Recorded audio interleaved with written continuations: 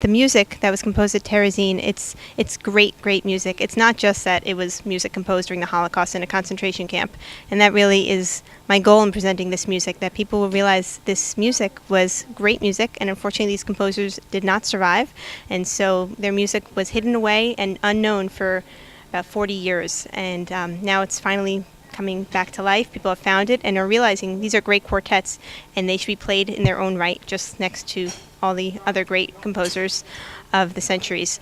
I do believe it's very important to always talk about the history behind the music and not just put a Victor Ullmann quartet or a Hans Krause quartet on the program and just say the dates, because I think these composers and all the millions of people who were killed during the Holocaust, it needs to be known what happened to these composers and why they died in 1944, for example, and what horrendous conditions they lived under.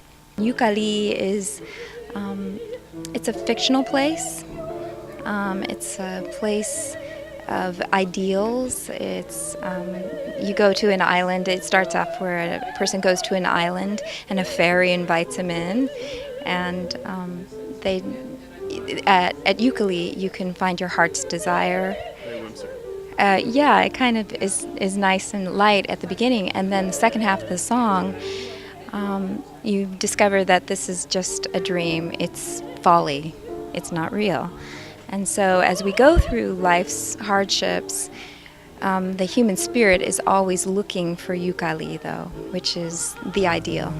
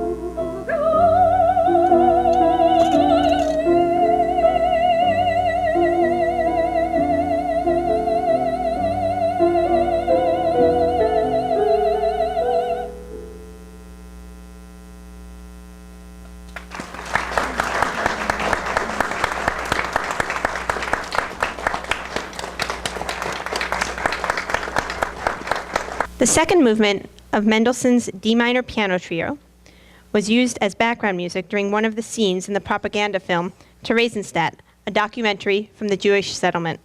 The film was created by the Germans to give the world a false notion of reality at Terezin. Even though as a child, Mendelssohn's parents had him converted from Judaism to Christianity, the Nazis categorized him as a Jew and therefore banned the performance of his music in 1934. Ironically, Terezin was the only place in Nazi-occupied Europe where his music could be heard.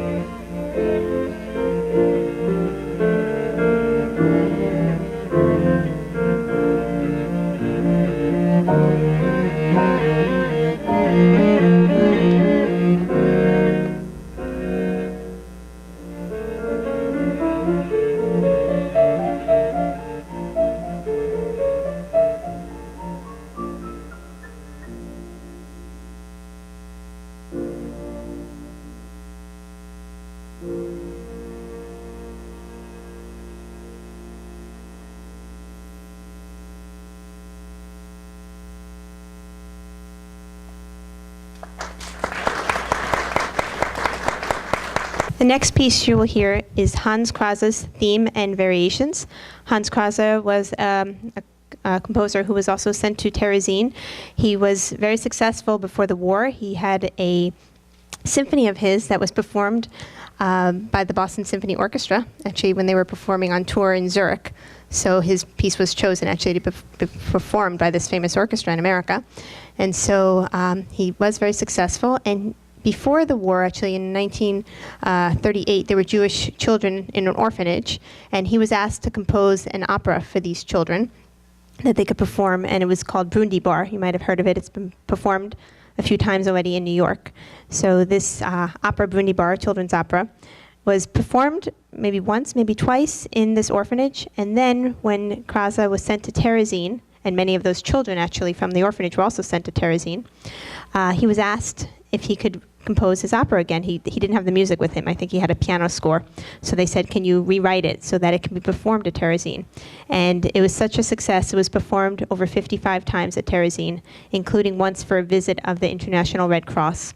So if you ever see the, quote, documentary, otherwise really a propaganda film from the Jewish settlement that the Germans created, you see the children actually singing in Brundibar, and one of the images you saw, the first one, was the final scene in Brundibar with the children singing. So today you're going to hear a quartet of his, as I said, the theme and variations.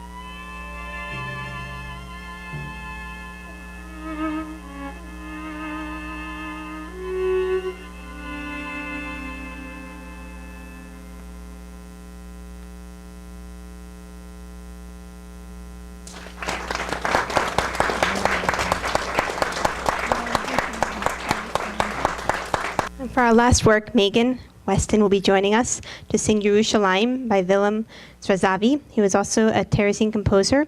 We don't know much about him. The only thing, really, fact that we have is that he told the Germans he was a baker by trade. So this is Yerushalayim. It is taken, the words are taken from the Shemona Esrei, from a Jewish prayer.